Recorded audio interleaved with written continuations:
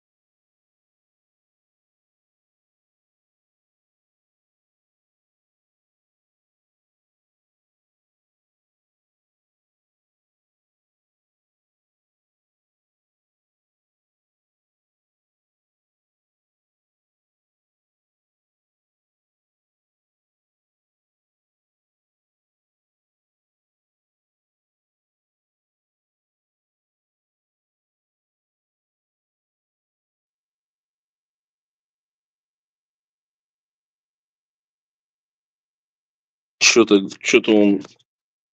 Ну, это, видимо, может быть, там путинские эти...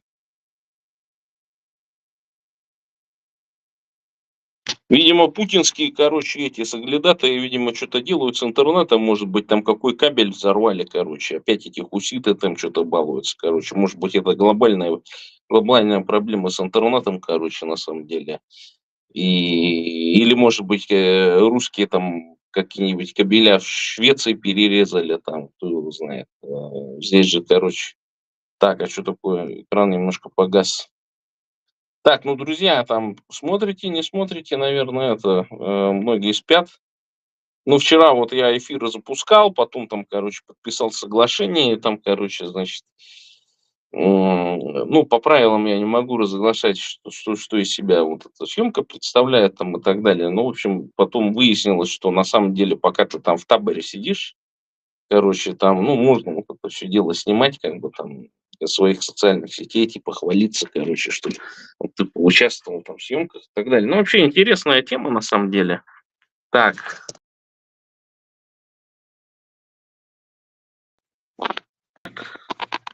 что-то происходит с этим. Сейчас, подождите. Почему? А, надо убрать. Так. Да, очевидно, там какой-то, как его, приходится постоянно экран трогать для того, чтобы эфир продолжался, так скажем. Так, ну без обратной связи сложно, я почему-то не вижу ваших комментариев. Хотя здесь они вот реально, ну то есть те, которые пишут у меня на канале, они должны появляться здесь. Ну, видимо, народу-то нету особенного, поэтому. Ну, что бы хотел поговорить, вот 14 числа состоится съезд в Литве, в Вильнюсе. Или это Латвия, я вот постоянно путаю к своему этому стыду, короче. Поэтому ничего удивительного не видите в этом. И, в общем, я уже еду туда, то есть, в общем-то, сейчас мне соратники прислали, значит, выделили финансовые средства на поездку, так скажем. В общем, так что не забывайте там донатить, подкидывать копейку от субурецкой демократии. Так что это. А я со своей стороны буду почаще выходить в прямые эфиры, давать какую-то там аналитику. Ну, что вот из последнего? Ну, не знаю. Вот там порвались по поводу того, что там Юлия Навальная ездила, там ее где-то встречали и так далее. Вот это, кстати, очень такой принципиальный на самом деле вопрос. И меня вот интересует, их принимали как физические лица, просто, ну, вот как жертву там, как жену действительно человека, который был оппозиционных взглядов там против противникам Путина, да, и которого замучили там в тюрьме. Ну, отчасти замучили, отчасти, конечно, у меня есть мнение такое о том, что недостаточно усилий прилагали, да, и финансовых средств выделяли на то, чтобы, ну, Навальному хорошо сиделось на зоне.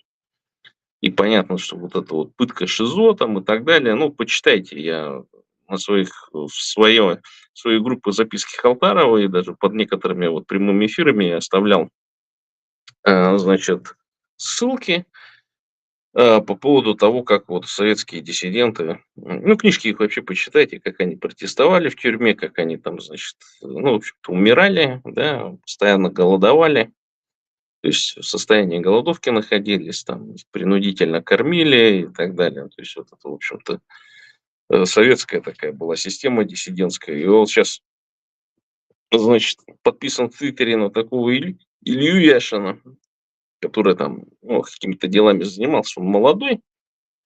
И самое смешное, что ему вот там он пишет, жалуется, что ему запретили, короче, посещение священника. То есть к нему ездил священник, типа, и вот у них там тайна исповеди, там еще какая-то ерунда была, да. И я такой думаю, да, а в советском времени не то чтобы там, значит, какие-то визиты родственников там или еще что-то, да, ну, священника там или еще кого-то, вообще в принципе такой штуки вообще не было.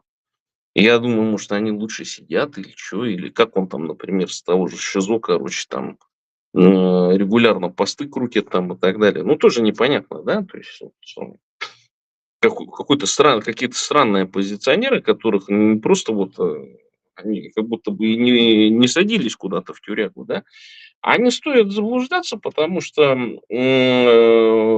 за денежки в русских тюрьмах вообще все, что можно, да, это раз там и смартфон тебе в жопе пронесут и все прочее, короче, лишь бы деньги были. И интернет будет, там, и все прочее, вот эти скамеры там известные тоже, там, они же тоже многие на зонах сидели там до тех пор, пока не стало выгоднее где-нибудь там в Украине или где-нибудь в других странах там держать эти скам-центры, да.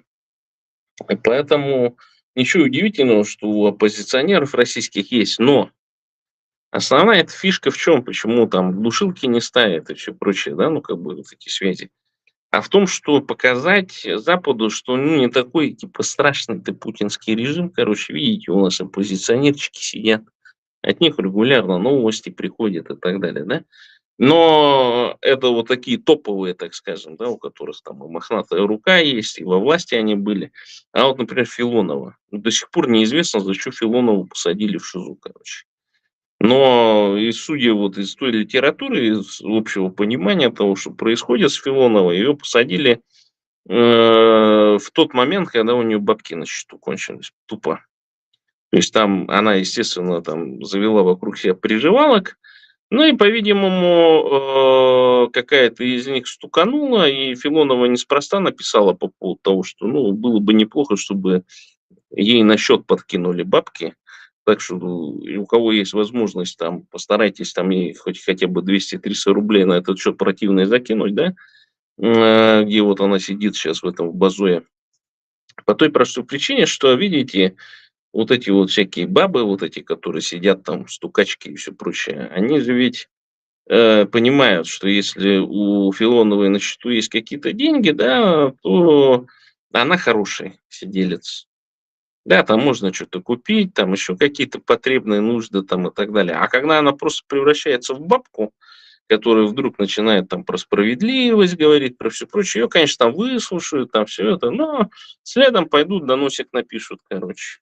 Это вот, ну, бабы-сидельцы, это же там стукачество сильно развито, да, и за доносик ее, видимо, посадили, потому что Филонова, видимо, обронила там какое-нибудь неосторожное слово по отношению к властям там или по поводу, ну, того, она рассказывала, как ее там пытали там и так далее. Ну, что-нибудь такое в таком виде, видите. И, конечно, у Филонова нет возможности там и смартфончик иметь, там, и, значит, какие-то в Твиттере там что-то писать, пятое, десятое.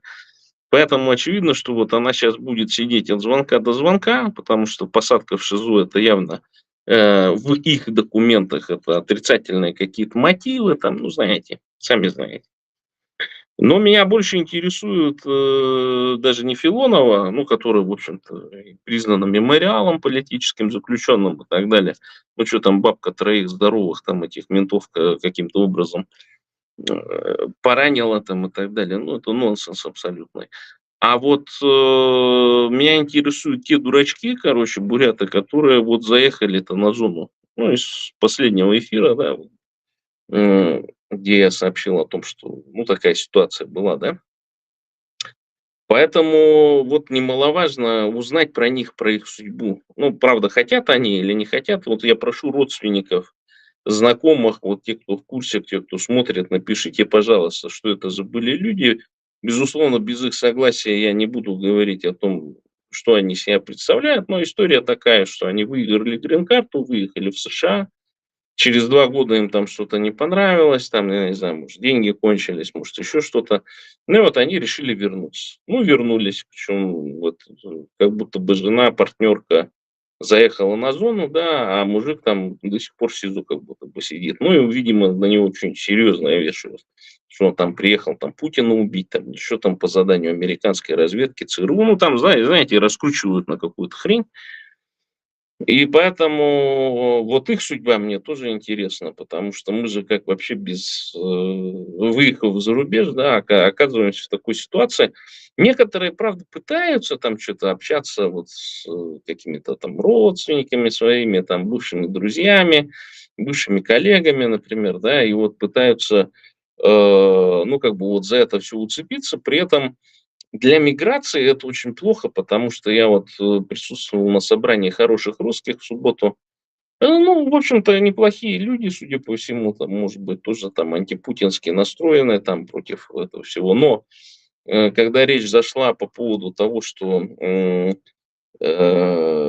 вот какие способы, значит, чтобы Россия стала членом Европейского Союза, я говорю, что, ну, поймите, что добровольно никакая русская власть от того, что там, ну, не откажется от тех вот человеконенавистнических законов, да, она не откажется. Там уменьшить армию, уменьшить вот этих силовиков там и все прочее, да, то есть она всегда будет на этом сидеть. Там хорошая либеральная власть, вот типа Ходорковского типа, да, который там открыто сказал, что он там будет уничтожать инородцев, чурок, короче, которые захотят независимости, да, вот только там какой-то максимум, что предложат, это какой-нибудь референдум, да, дурацкий абсолютно. И вот в этих условиях я им говорю, что только оккупация, и когда оккупационные власти приведут нормативно, значит, российское законодательство, там берут вот эти гомофобию, эту всю, там, значит, отделят церковь от государства, сейчас же там идеологию начали внедрять, ну, вот, да, то есть плюс одновременно говорю, и такой мужик спрашивает, а как вот такие огромные территории, блядь, можно будет, короче, взять? Я говорю, ну, смотрите, я говорю, надо уничтожить военно-политическое руководство. Значит, то есть ёбнуть по Москве там парой-тройкой нейтронок. И я говорю, поверьте, там вооруженные силы Финляндии, Эстонии, Латвии, там, да, и всех прочих, они с легкостью оккупируют. Там не надо какие-то большие по численности, значит, эти, потому что сопротивления никакого не будет. Но они же, видите, и вот там у одного какого-то бывшего юриста, ну, явно он такой, знаете, как будто это вот действительно агентура засланная. Он такой же тупой, видимо, как этот, как его, как Мент Хасоев, потому что я когда там про обыкновенное право начал говорить, ну, по другому вопросу уже, он такой, что такое обыкновенное право, блядь. При этом, я не знаю, может быть, он этого английского термина не знал, но, в общем-то, в принципе, должен был догадаться, но их вот так учат, то есть их тупорей вот учат, что есть гражданский кодекс, вот самое лучшее русское законодательство, там уголовный кодекс и все прочее. Ну, то есть их не учат вот как юристов, да, их учат для того, чтобы людей сажать и грузить на какие-то определенные эти. Ну, вот кто-то не может, он адвокатом типа становится. А после чего, после каких вот вещей он стал адвокатом, ну, тоже интересно посмотреть. Ну, его там бомбануло, там разорвало, да, там про триединую Русь там начал что-то рассказывать там и так далее. Что, мол, он там противник того, чтобы в Евросоюз ходить. Мы, мол, сами сможем. Ну, я про себя думаю, ну, не стал усугублять, там, попка порвется у них там, короче. И потом основная цель-то у меня на английском научиться более-менее разговаривать публично. А тут, что там, попка у них порвется, короче, там и скажут, вот там это. Ну, одна, правда, там с новосибирской девица там начала там мне морали читать, мол, вот, да, это же нацизм, там это же, там на Москву нейтронку сбросить, да, это геноцид, да, что вы такое говорите, это же нацизм вообще совершеннейший. Я такой думаю, блядь, ваша страна, ваши же, блядь, вот эти русские, военные, короче, да. Я не те говорю, которые там в окопах бегают, а которые ракеты направляют и так далее. Это, ну, обыкновенные, значит, обыватели, жители, так скажем, да, которые на работу даже не в форме ходят, да. Вы же бомбите, вы уничтожаете целую страну. Вы бьете специально по значит, гражданским целям. Это не какая-то ошибка, там еще что-то. То есть это вот определенная цель у них существует по уничтожению, по созданию паники, там всего прочего, да. И вы мне тут, блядь, сидя в Варшаве, начинаете про нацизм читать, короче. То есть, да. И я такой понимаю, что ведь они в такой же парадигме, вот эта вся русская оппозиция растет, что мы-то это можем, нахуй, потому что мы, блядь, имперские, да, то есть мы русские, нахуй. А вот чтобы нас, блядь, там бомбили и так далее, это геноцид, вы что? Это никак не и так далее. И я понимаю, что вот это не то чтобы их слабость, а это на то, что часто не обращают внимания вот эти всякие там деятели, да, вот эти сервильные, дрессированные народцы, как их называют, да, они ведь, не могут вот открыто и честно сказать, что, ну, позвольте, вы уничтожали, геноцидили кучу народов, вот только за последние 30 лет вашей демократии сколько было уничтожено людей, да? Конечно, там какой-нибудь, русачонок, он может там брякнуть, сказать, что вот, да, там эта власть, там столько русских поумирало там и так далее, но это же не значит, что если ваша русская власть уничтожает русских, она должна непременно в пропорциональном соотношении уничтожать бурят, чеченцев, представителей других народов. То есть, а у них логика такая: если нас уничтожают, великих русских, так вас, чурок-то, тем более надо там уничтожать, понимаете, и мясные штурмы отправлять и все прочее. То есть это вот мнение вот этого русского релаканта. И я вам могу вот точно сказать, что если вот это вот та именно русская оппозиция, которая, ну, молодежи там полно и так далее, которая там поддерживает Навального и все прочее, да, а начали мы с процессов интеграции, то они никогда не интегрируются вот в это польское сообщество. Они так и будут вонять, что им там журок не нравится, борщ польский, да это не борщ там и так далее, да тут и работу нам не дают и не предоставляют и все прочее, короче. Ну, то есть будет постоянно ныть, жаловаться и так далее. Почему? Во-первых, не хотят интегрироваться, а во-вторых, они мечтают, щас, э, будут мечтать вот вернуться в Россиюшку, там, знаете, там, значит, к мамке, папке, там, ко всем прочим, короче. Ну, правда, некоторые там, конечно, уже интегрировались, например, девкам проще, они там находят там желательно поляка, желательно, чтобы зарабатывал хорошо, ну и такой нетребовательный был, так скажем. Ну, и многие девки там, конечно, они русской методикой голддиггерства, так скажем. Сейчас недавно скоро фильм выйдет, там, где какой-то миллионер там, короче, какой-то, то ли сын олигарха русского, там, что-то он там выходит, или английского, или он там выходит замуж, женится, короче, на какой-то русской проститутке, что-то в этом роде. Ну, то есть, и это у кого-то попка там полыхнула, у каких-то этих деятелей, киношников, короче. Я вот читал такую рецензию на фильм вот этого Кирилла Серебренникова, ну, на которому там этот который в этом, видимо, в создании этих полезных идиотов участвовал. И его запалили на том, что, ну, вы же помните вот эти коррупционные дела, что они там какие-то огромные просто суммы с бюджета Москвы просто тырили, там что-то сотни миллионов евро даже, да? И куда-то эти деньги там в Европу пересылались и все прочее. Ну, там вся вот еврейская комьюнити, она за своего встала, да? И он вот сейчас недавно вроде как снял фильм про поводу, ну, как будто бы биографический, ну, не скорее не байопик, а по поводу Лимонова. И там написали, короче, что это вот либеральный этот снимает против фильм о том, который, в общем-то, всю свою жизнь мечтал уничтожить Украину, Беларусь, там все прочие, всякие вот эти национальные образования внутри федерации там и так далее. То есть у них мечта была там построить какой-то этот, значит, национал-большевистский там, значит, режим этот русский и так далее. И тут, значит, вот эта либеральщина вдруг про него фильм снимает, да. Ну, то есть понятно, то есть претензии вот представителям русской культуры, но вот они, кстати, я понимаю, почему любят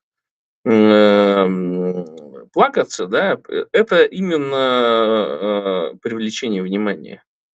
То есть, в общем-то, привлечение внимания не к тем иностранцам, которые там, ну, изучают, так скажем, русскую культуру, а скорее это внутренний запрос. Потому что я вот, например, себя чувствую, да, что вот эта русская культура, и действительно, может быть, так происходит, то есть когда у тебя нет критического мышления, и вот почему этих жопошников среди народцев, вот таких дрессированных полно, потому что действительно их в школе обучили, то есть, ну, неграмотные родители какие-нибудь там, я не знаю, работяги, селяне, там все прочее, да, вот, ну, попался талантливый чувак, короче. Ну, вот он сидит там, да, хорошо учится, читает эту говёную русскую литературу, а другой нету просто, да, то есть это сейчас в интернете можно скачать что-то там иностранное, как бы. Я почему рад очень, что буряты и молодые бурятки там увлекаются кей-попом, там слушают ранее слушали монгольский рэп и так далее, потому что нужно бурятам